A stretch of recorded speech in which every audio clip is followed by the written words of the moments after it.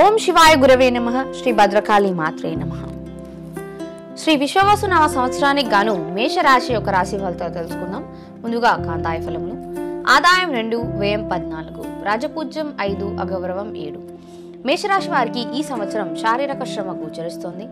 పట్టుదల సడలింపు లేకుండా నిర్ణయాలు తీసుకోవాలి మరియు ముఖ్యమైన నిర్ణయాలు తీసుకునే విషయంలో అనుభవజ్ఞుల వారి సలహా తప్పనిసరి. ఈ రాశి వారికి ఏలినాటి శని ప్రారంభమవుతుంది. ఎవరిని అతిగా నమ్మకూడదు. ఇతరులు మిమ్మల్ని మోసం చేసే అవకాశం కలదు. శరీరం బరువు పెరగకుండా చూసుకోవాలి. శరీరం బరువు పెరగడం వల్ల అనారోగ్య సమస్యలు వచ్చే అవకాశాలు కలవు. ఆర్థికంగా కొంతవరకు స్థిరపడతారు. అప్పు కొంత మేరకు తీర్చగలుగుతారు. జమానత్ సంతకాలు మరియు మధ్యవర్తిత్వాలకు దూరంగా ఉండండి. జూదము మరియు చెడు వ్యసనాల జోలికి పోకూడదు. వాహన ప్రమాదాలు జరిగే అవకాశాలు కలవు కాబట్టి కొద్ది జాగ్రత్త వహించండి.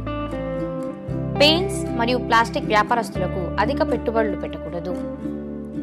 గోల్డ్ మరియు ఫార్మస్యూటికల్ వ్యాపారస్తులకు వ్యాపార వృద్ధి ఉండదు. లోవర్ అబ్డామిన్కి సంబంధించిన అనారోగ్య సమస్యల వల్ల ఇబ్బంది పడే అవకాశాలు కలవు. సాఫ్ట్వేర్, నేవీ మరియు డిఫెన్స్ ఉద్యోగస్తులకు సహా ఉద్యోగస్తుల వల్ల ఇబ్బందులు ఎదురవుతాయి.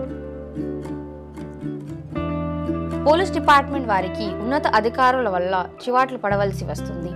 నూతన ఉద్యోగ ప్రయత్నాలు చేసేవారికి కొంత ఇబ్బందులు ఉండను. నూతన గృహ నిర్మాణ ప్రయత్నాలు చేసేవారికి అనుకూలం. శుక్రవారం రోజున ప్రయాణాలు వాయిదా వేసుకోవడం చెప్పదగిన సూచన. విదేశీ ప్రయత్నాలు చేసేవారికి అనుకూలము మరియు వీసా మంజూరవుతుంది. క్రీడా రంగంలో ఉన్న వారికి అవకాశాలను సద్వినియోగపరచుకోవాలి. Bank loans మంజూరవుతాయి. ప్రభుత్వానికి సంబంధించిన పర్మిషన్స్ కొంత ఆలస్యమైనప్పటికీ మంజూరవుతాయి. రియల్ ఎస్టేట్ వ్యాపారస్తులకు ధన నష్టం జరిగే అవకాశం కలదు కాబట్టి అధిక పెట్టుబడులు పెట్టకూడదు. ఈ రాశి స్త్రీలకు గర్భ సంబంధిత అనారోగ్య సమస్యలు ప్రారంభమవుతాయి. వివాహ ప్రయత్నాలు చేసేవారికి అనుకూలం. సంతాన ప్రయత్నాలు చేసేవారికి కొంత ఇబ్బందులు ఎదురవుతాయి. లిక్కర్ వ్యాపారస్తులకు మరియు ఫిలిం ఇండస్ట్రీ వారికి ప్రభుత్వం నుంచి నోటీసులు అందుకునే అవకాశం కలదు. కోర్టు కేసులు వాయిదా పడి కొంత ఇబ్బందికి గురి చేస్తాయి. భరణి నక్షత్ర జాతకులకు మీ జీవిత భాగస్వామితో మనస్పర్ధలు ఏర్పడతాయి. మేషరాశి వారికి శనికి మరియు కేతుకి గ్రహజపములు జరిపించి తగు దానములు ఇవ్వవలెను మరియు అఘోర మహాపాశుపత హోమం చేయడం చెప్పదగిన సూచన.